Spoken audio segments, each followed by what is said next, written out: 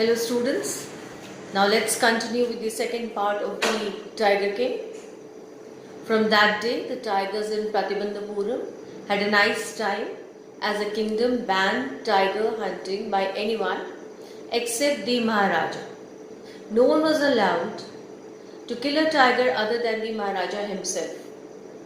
The law was so strict that an official announcement was made that if anyone was caught killing a tiger or even throwing a stone at a tiger, his wealth and property would be taken away by the kingdom of Pratibandhapuram.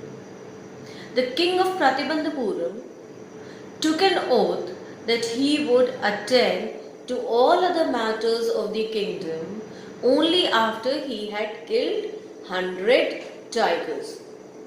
In the beginning, it seems that he would achieve his target very fast.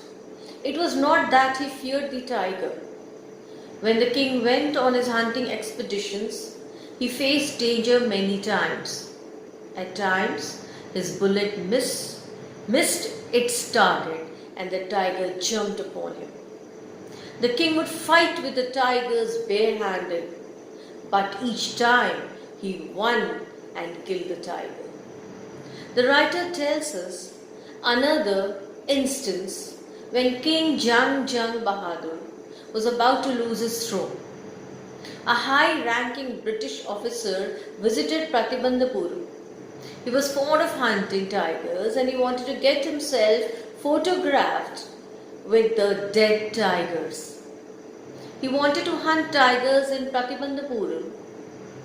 Also, but as Maharaja had banned killing tigers by any other person, he did not give permission to this British official also.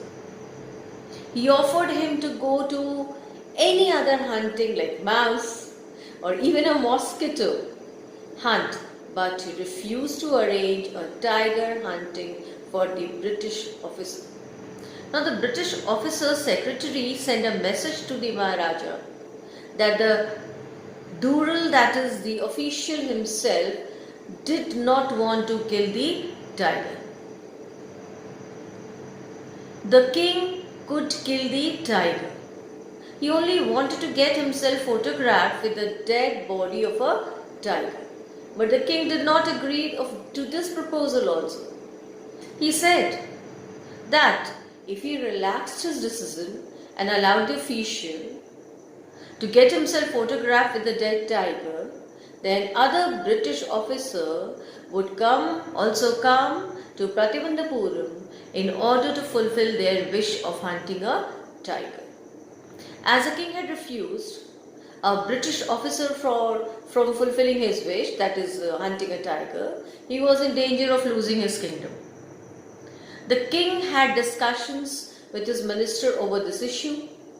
The king sent a telegram to a famous British company of jewelers based in Calcutta. He asked them to send samples of expensive diamond rings of different designs. The jewelers sent 50 rings and the Maharaja sent all of them to the British officer's wife.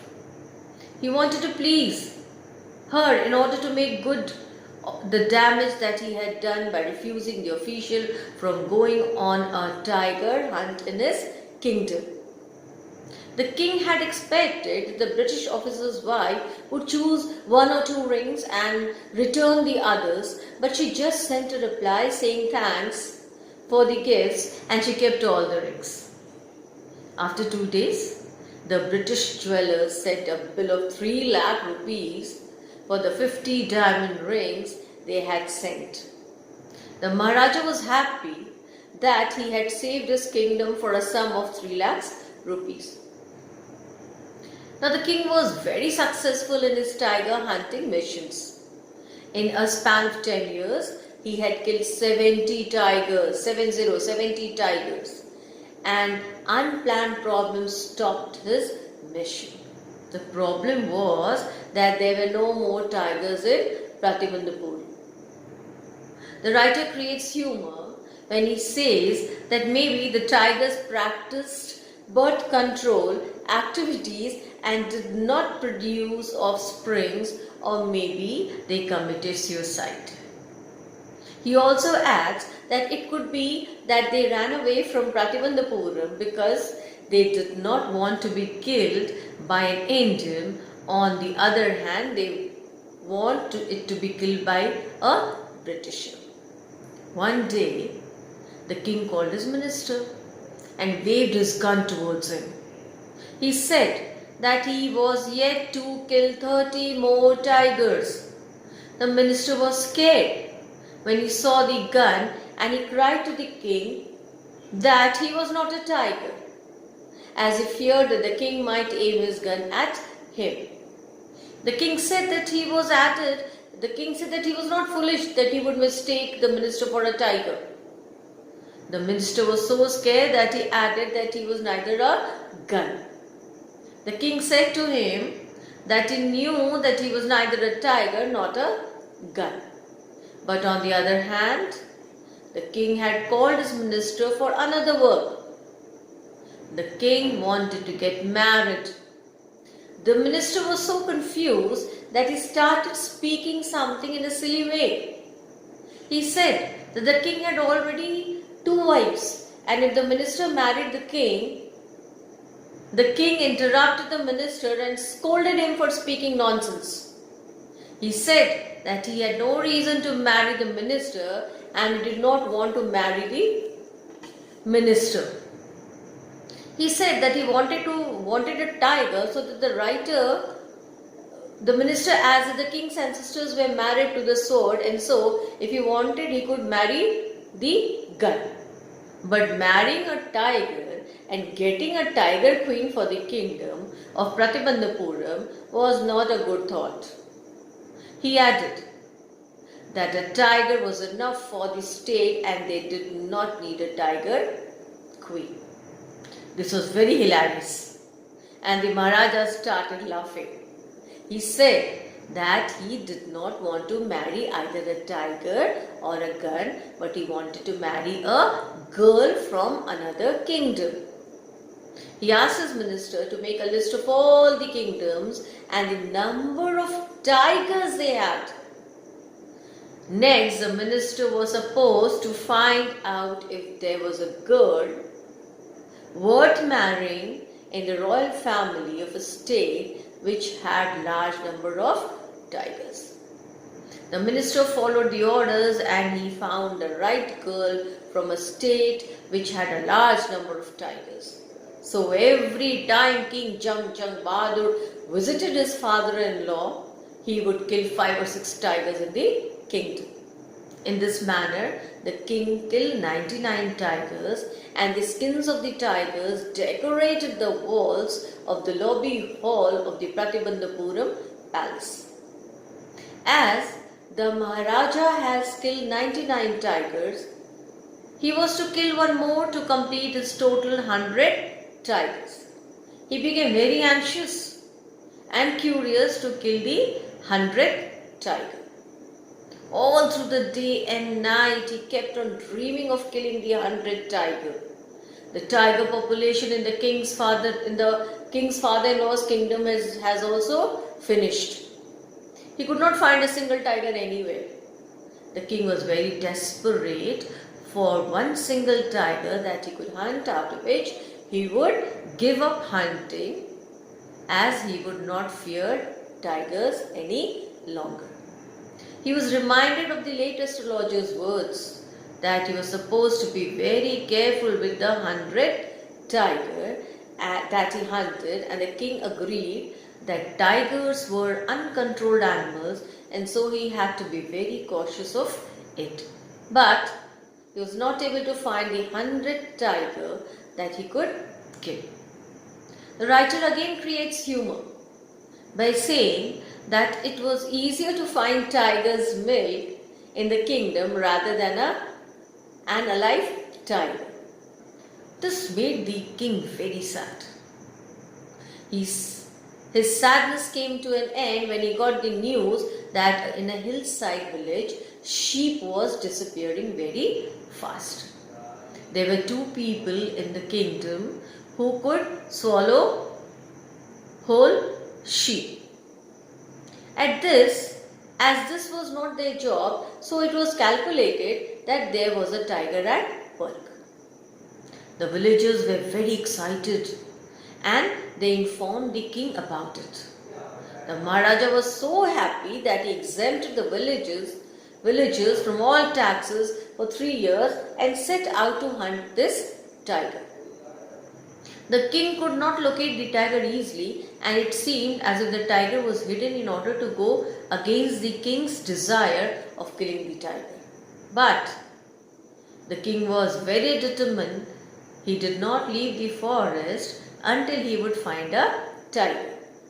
With the passing of days, he became very angry and was firm to kill the tiger. In his anger, he removed many officers from his kingdom. One day, in his fury, he called the minister and ordered him to increase the land tax to double. He felt that by doing this, the people would become unhappy and his kingdom would become a part of the Indian National Congress. By doing so, the minister would also resign from his post. This was the king's way of threatening the minister. The minister realized that the king was very angry and he thought that if the tiger was not found soon, it could lead to destruction.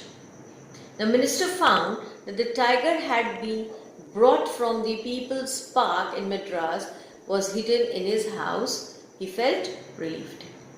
The minister, along with his wife, pulled the tiger into his car and drove the car to the forest where the Maharaja was hunting. The tiger did not come out of the car, and the minister had a tough time pushing the tiger out of the car into the forest. The next day, the same tiger was spotted by the Maharaja. He was very happy to see the 100th tiger and he aimed at the tiger. The tiger fell down as if he had been shot dead by the king. He was overjoyed to have killed the 100th tiger and was fulfilled his promise. The king was happy to have killed the 100th tiger. He ordered that the tiger should be brought to the capital in grand procession and went away in his car. After the king had left, the hunters took a closer look at the tiger and saw that it was alive.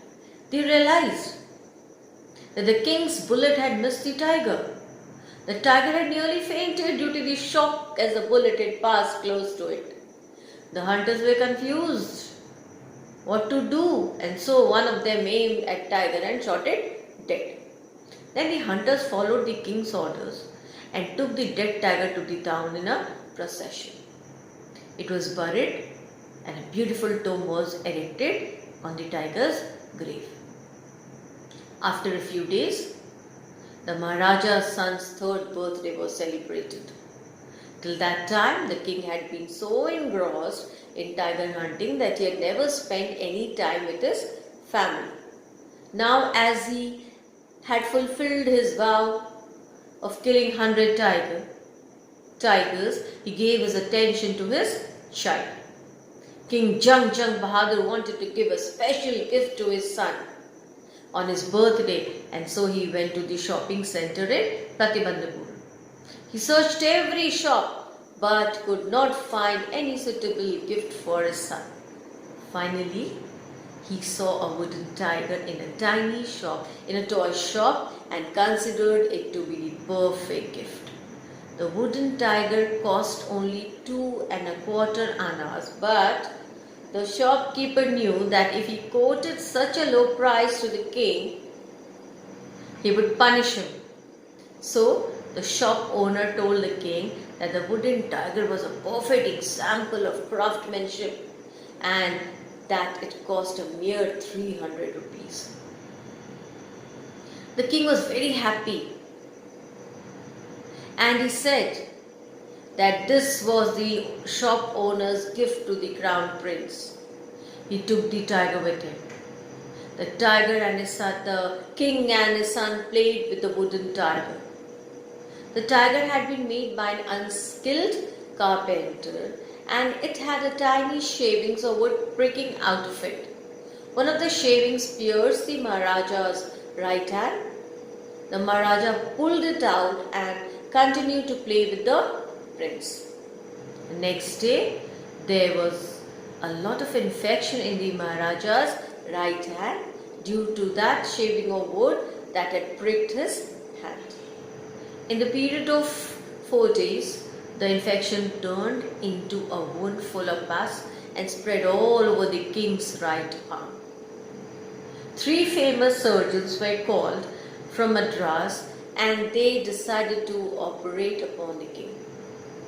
After the operation, the surgeons came out of the operation theatre and said that the operation was successful and the Maharaja was dead. Here, the surgeons' words are contradictory because if the king died, it meant that the operation was unsuccessful, whereas they said that it was successful. Actually, they were supporting the words of the astrologer.